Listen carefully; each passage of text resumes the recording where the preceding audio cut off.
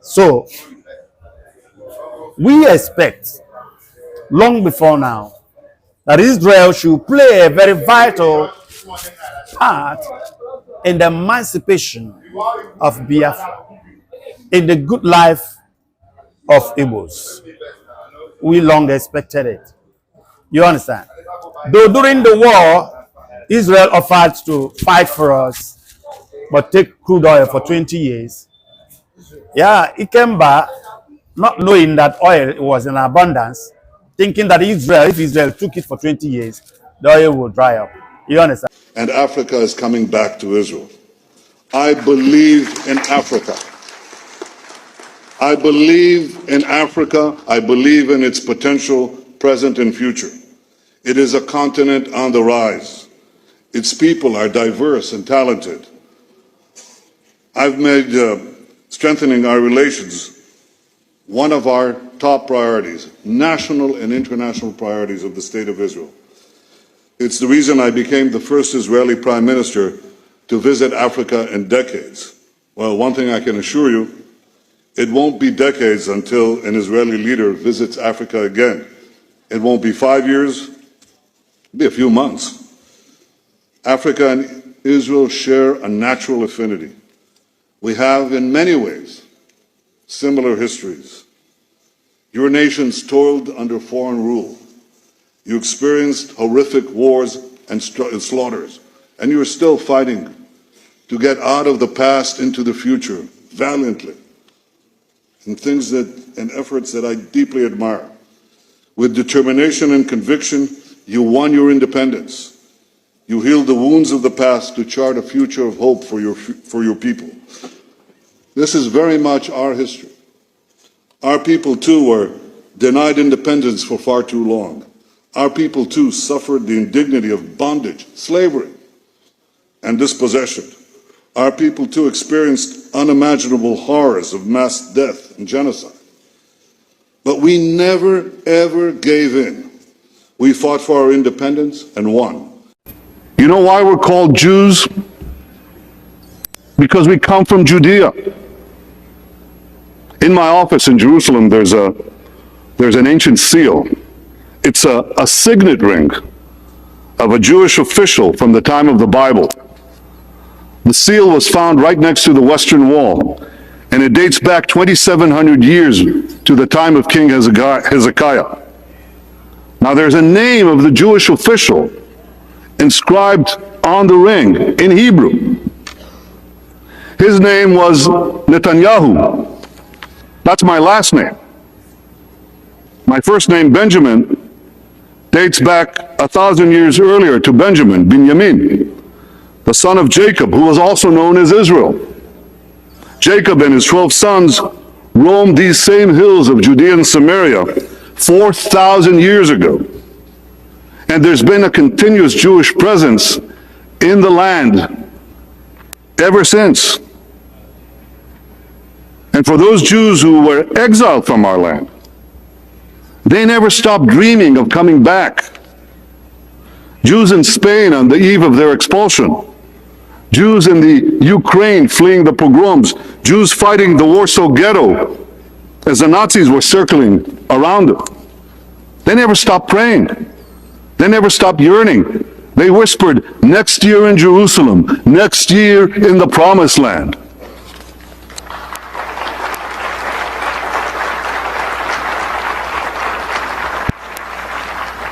As the Prime Minister of Israel, I speak for 100 generations of Jews who were dispersed throughout the lands, who suffered every evil under the sun, but who never gave up hope of restoring their national life in the one and only Jewish state. As an expression of a simple truth, Israel is coming back to Africa. We think that Israel now is the best partner that the countries of Africa could have, and it's something that is dear to our hearts. The founder of modern Zionism, the national movement of the Jewish people, was Theodor Herzl, and he said, after I liberate the Jewish people, I will go to Africa to help liberate the black people.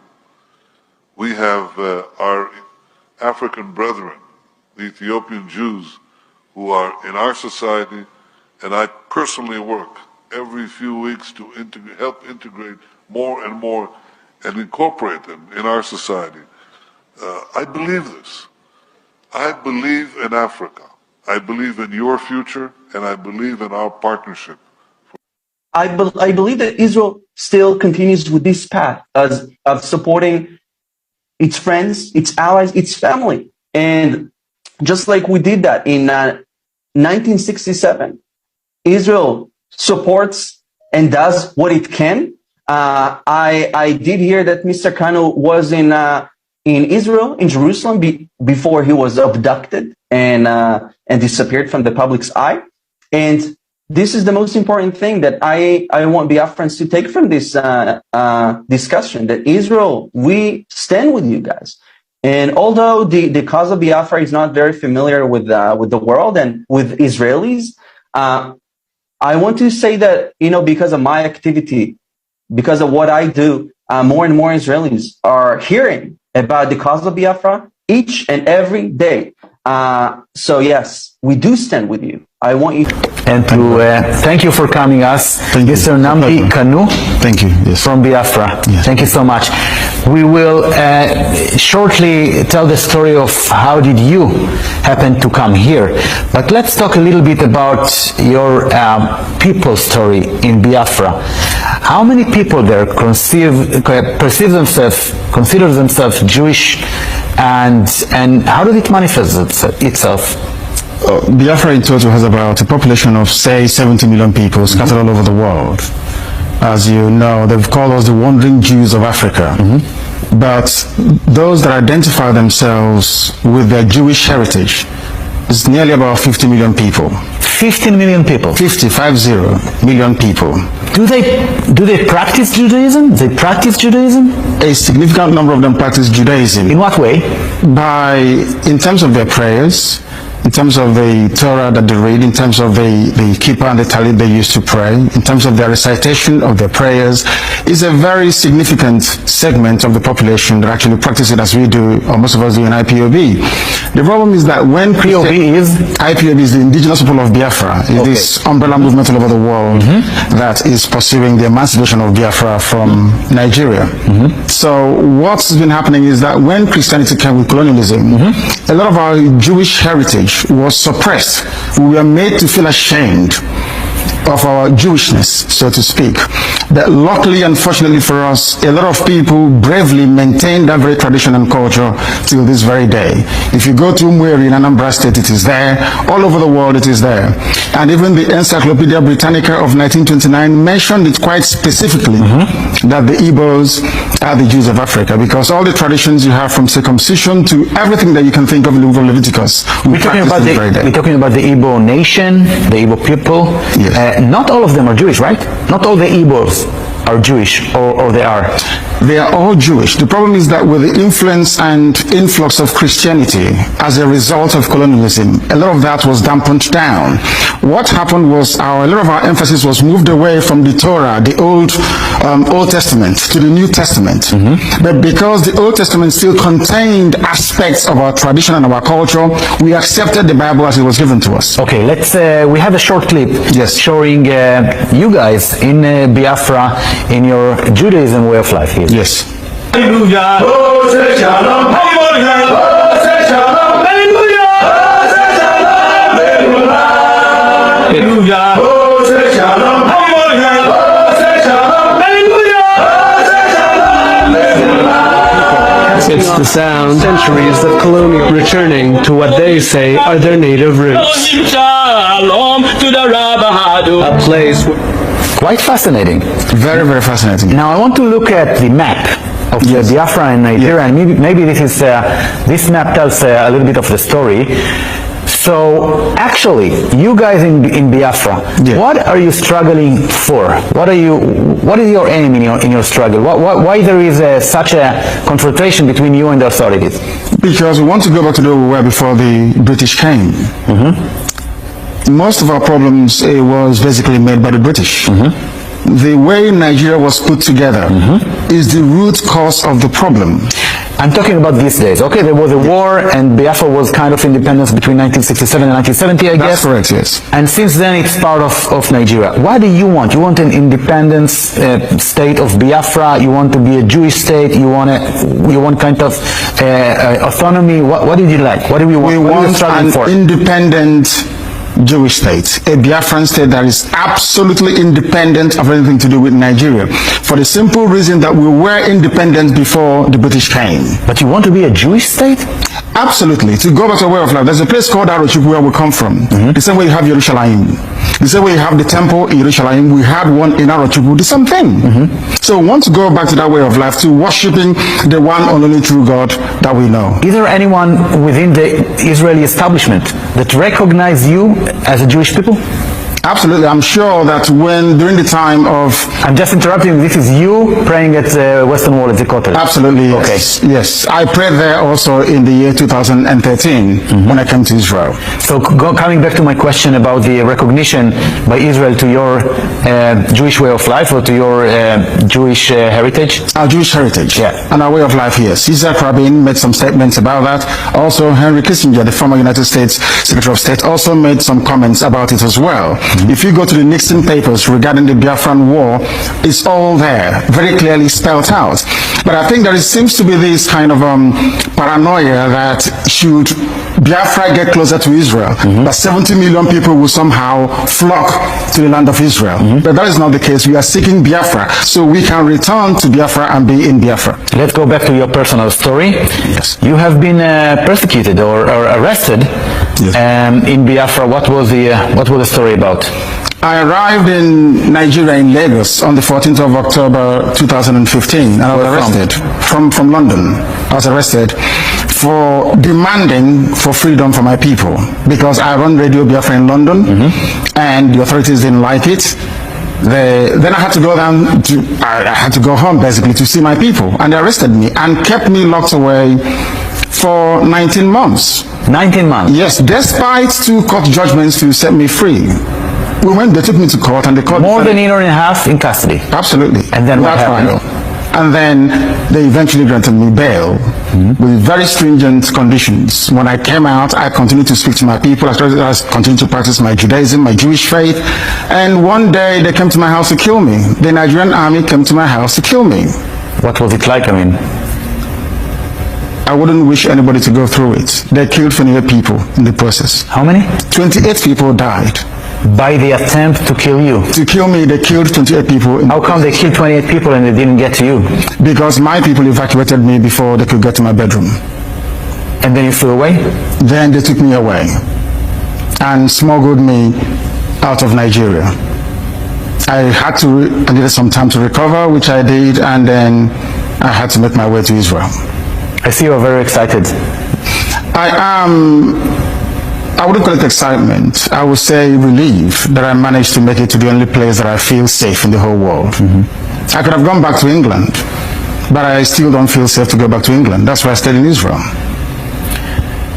Okay, we're approaching the end of this conversation. Do you have any expectation from Israel government, from the Israeli society? Yes, it is to live up to the obligations to defend Judaism and Jewish faith all over the world. We are being persecuted. We are suffering as a people, and it is the responsibility, I believe, moral responsibility of Israel to make sure that Biafra stands as an independent entity in Africa. Nnamdi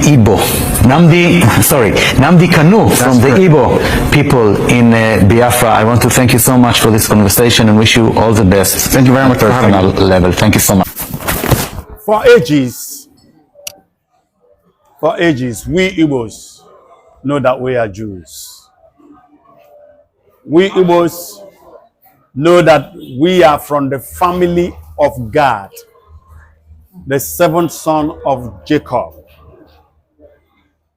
The family of God scattered all over the world when they were leaving Egypt.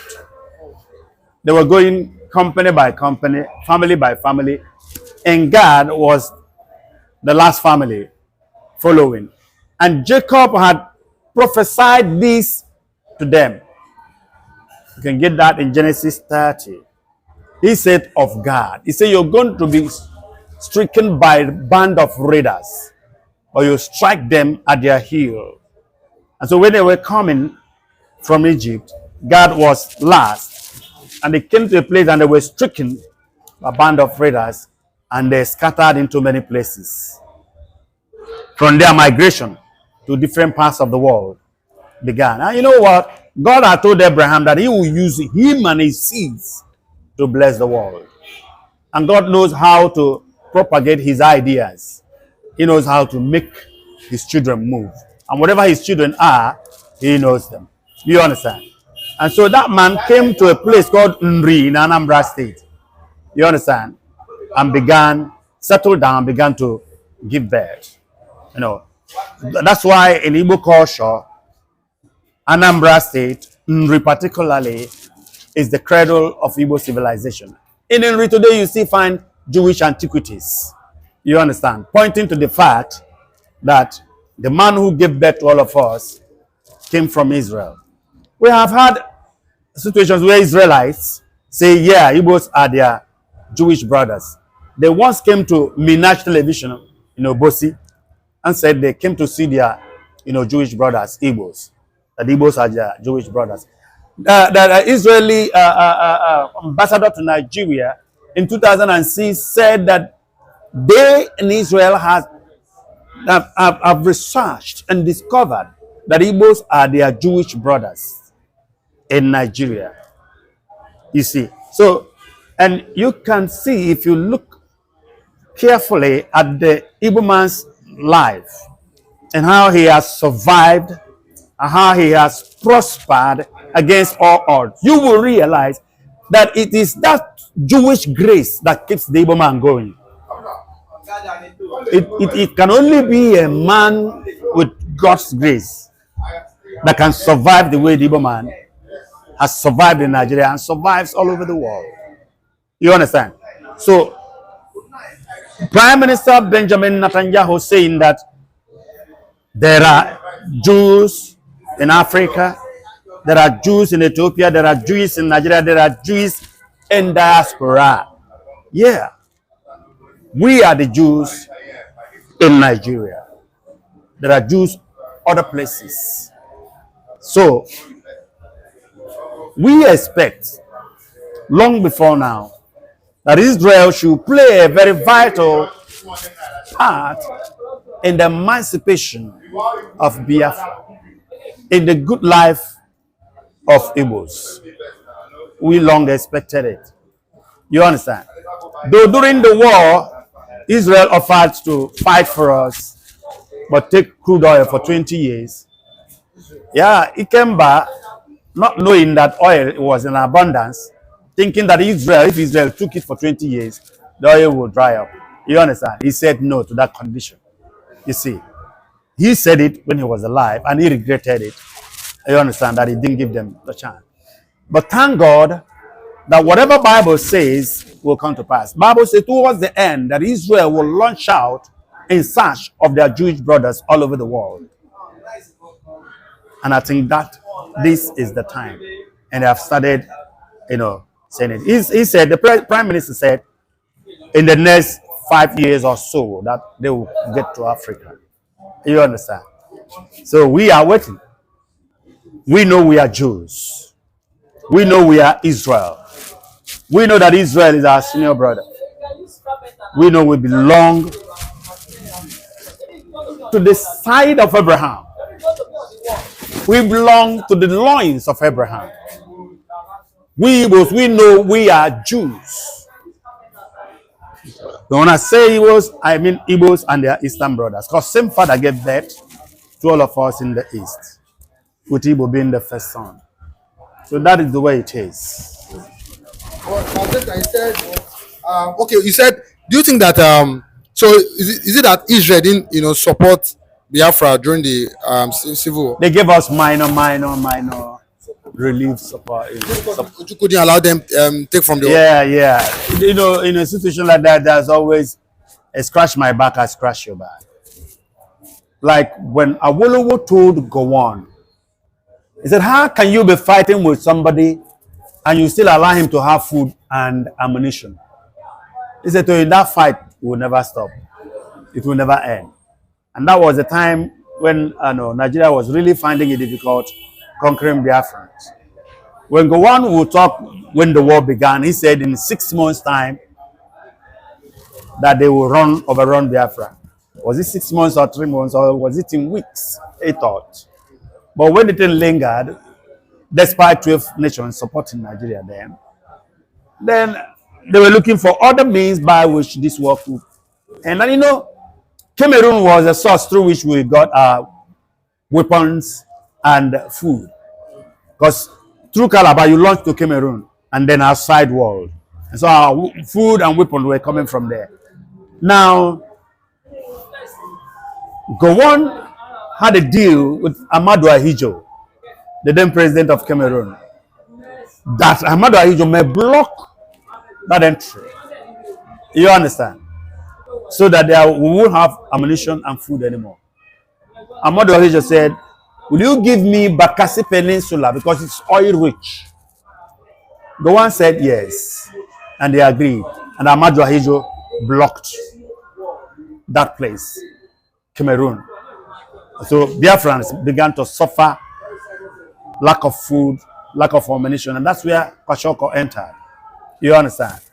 So when nations want to fight for you, they want you to, scratch their back as they scratch your back. So Israel wanted that, but our leader thought that was too much. You understand? I don't blame him. He was a young man. He didn't know that oil was in abundance. You understand? So I don't blame Israel also for trying to get something, you understand, to help. But now everyone's eyes is open. Is open. So Israel have realized that, they cannot ignore their brothers, their Biafran brothers, forever. And thank God the president, Benjamin Netanyahu, has risen up to that occasion. Okay, but he also talked about the freedom of Israel. He said, no, they also fought for their freedom. Yeah. Their freedom. Do you think they're trying to back Biafra for Israel is Israel. There is only one Israel. And there is only one Jew. You understand? Part of Israel is scattered all over the world. And wherever they are, the Jew is the Jew. Whether he's in the moon, whether he's in Pluto, whether he's in Uranus, whether he's in Mars, whether he's on Earth, anywhere he is, he's a Jew. You understand? So that is it. There are Jews in Russia. There are Jews in America. There are Jews everywhere. So that is it. Thank you. Thank you. In the houses of the truth, in the gospel of our Lord Jesus Christ. Yes, Master Nnamdi Kanu always finds safety in the hands of his brother, because nothing like a brother, nothing like blood. There is a statement that says blood is thicker than what? Than water. And you cannot find your brother outside. You find your brothers inside. And how do you know your brother? A brother is one who comes to attend to your matter or your case or to your rescue when matter or issues in a critical. That is your brother. And that is why he ran to Israel for safety rather than going to UK. For example, he knows what he was doing, because you can see UK, the British, the Civil War that claimed so many lives of the Biafrans was instigated and carried out and sponsored by who? By the UK. And as you can see that telling against him now, he holding the passport and was kidnapped. It was illegal. Up to today, what has the UK Parliament or UK government, what have they done concerning or regard to that? Nothing. But you can see Israel, they are the one showing you that blood is thicker than water. No matter what happened, no matter whose citizen you come from, so long you remain a Biafran man, a Biafran Igbo man, you are an Israeli in Africa. It means actually blood is thicker than water. Yes, blood is thicker than water, and that is what you are seeing. And that is why, let me tell you, don't you know that what they are practicing is Judaism? It's a Jewish, and Master Nnamdi Kanu is a hardcore, I repeat, hardcore, and I quote again, hardcore Jewish. Let me even ask this question. Because if you look at the flag of Biafra, you see Star of David.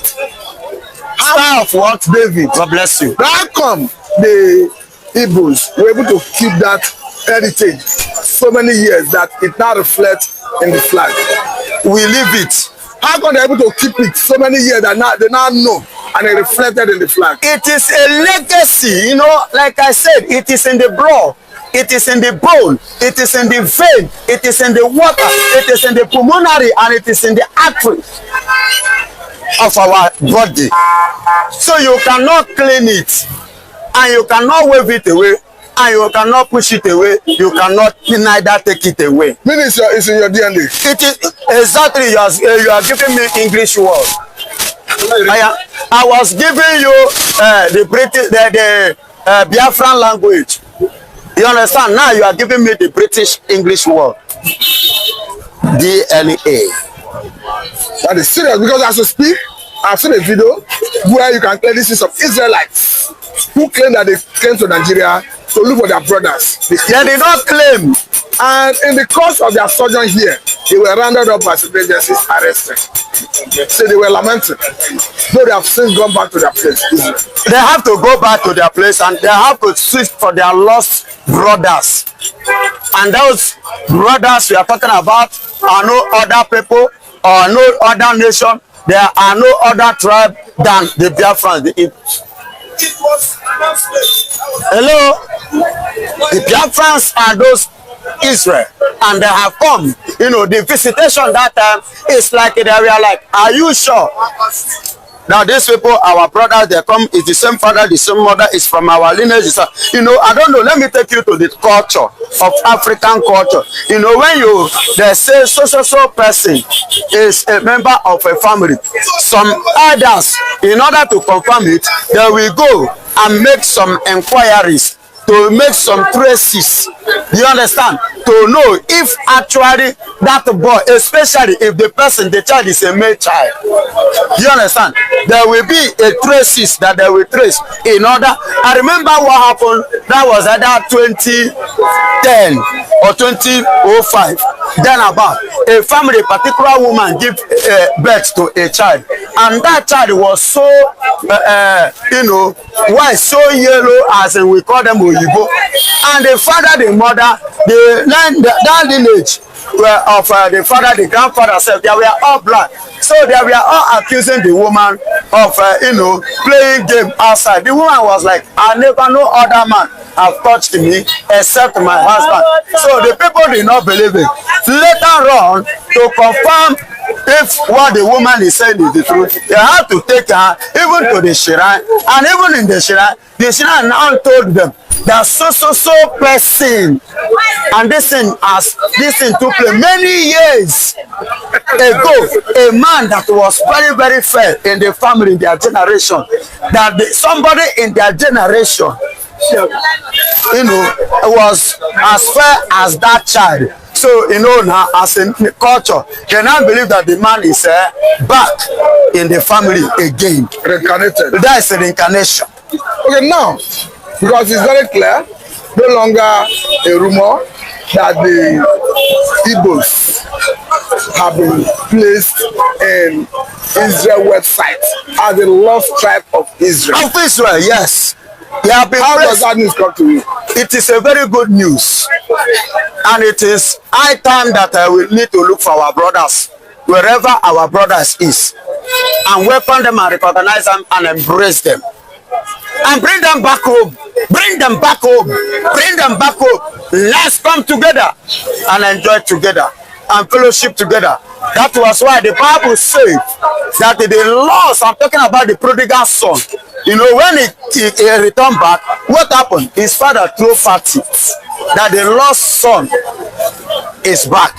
So those lost Igbos, those lost Jews, those lost Israelis is what is trying to come back now. And that is why part of them, we are more than this, so, but as time goes on, you will see other part of Biafrans, other part of the Jewish that have lost. You will see God bring them back again.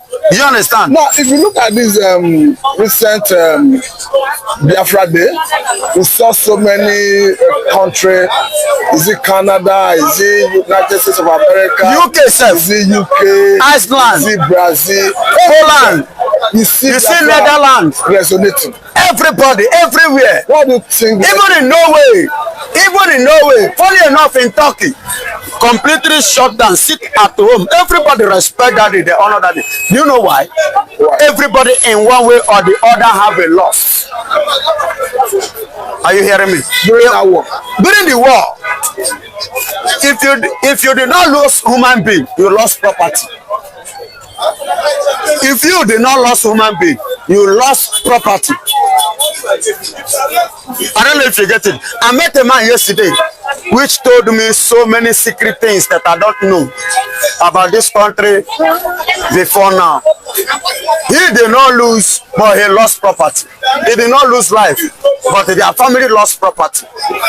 When he was telling me, I became shocked. He said yes. He said actually none of their family member died in the war, but their property, their father property, they lost it.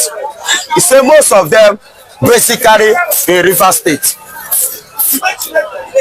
Do you understand? So, and on this note, that is why you see that very day, all over the world, that day was seriously put in place and was, obeyed and recognized and respect. Okay, now, back here in Nigeria, we have seen a situation where even people who hit after before now did not accept their Igbo origin are coming out to say, yes, you are Igbo. I've seen a video of a king in Delta State. Of course, to be quite honest with you, the king where the former governor comes from, Okowa. Coming out clearly to say, yes, I am an Igbo man. We came from Uri in Anambra State. Yes, I don't blame most of these people because they were not told. Some of them said their parents have died. Who know much where they come from. Their relations are nowhere to be found. Most of them, their mother, most especially, child always stay more closer to the mother than the father. And if you come to history, mostly in this area, men have the history, have the record where they come from more than the women. So their mother did not actually disclose from their infant stage, the deep down of where they come from. That's why you see them, they'll come up, they'll begin to tell you, I am this place, I am this place, because for example, now, I marry a Benin woman. For example, Nnamdi died. For example, when the child was at the tender, maybe as they were giving birth, Nnamdi died before they give birth to him or her. So in Benin, he will claim Benin, not knowing